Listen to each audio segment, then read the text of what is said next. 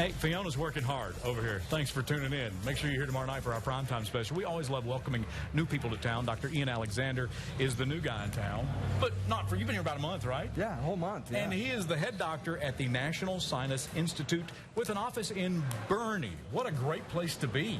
Oh, we're so excited to be there. It's so beautiful. Everyone's so friendly around here, too. Why are you surprised? You're from the Midwest, but, I mean, You're welcome to Texas. Yeah, well, thank you very much. We love it. And for good reason, because you're here to help. We suffer with allergies, sinus problems.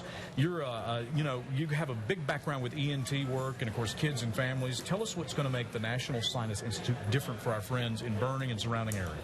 Well, I tell you, allergies are horrible here. This is the mecca of allergies with your cedar fever and all that stuff.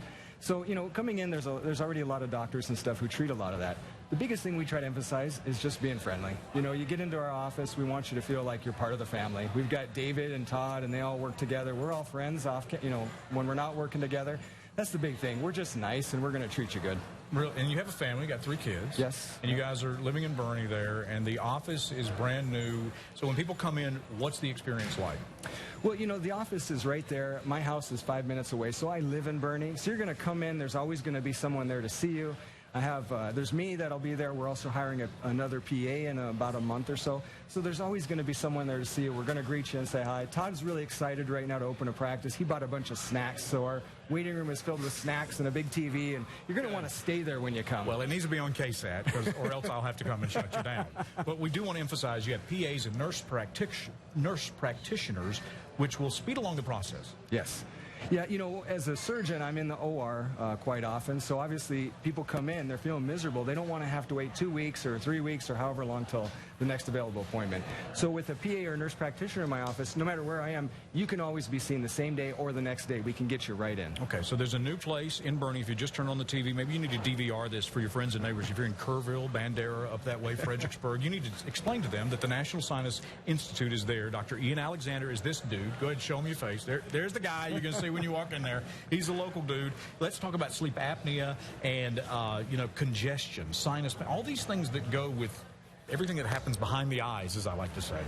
Yeah, that's also a huge problem. We see a lot of allergies, which cause the nasal congestion. And 40% of the time, if you can open up the nose, then sleep apnea and so forth will get better.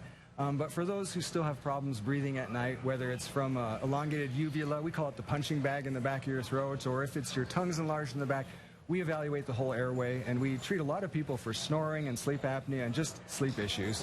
And they all kind of seem to go together. So when we see somebody, you got to look at them not just as a nose walking into my office, but this is a person, and we got to treat them that way and look at everything and see what we can do to help you breathe better and improve the quality of life. Well, the weather, obviously the trees and the things that are in the air, all those things can affect you as well. But you also, we were talking about tinnitus earlier. Mm-hmm. Yeah. I get this ringing in my ear, and that's common because it's part of the eustachian tube and the balance. Absolutely. Well, it really just happens to good-looking smart people mostly, but... Really?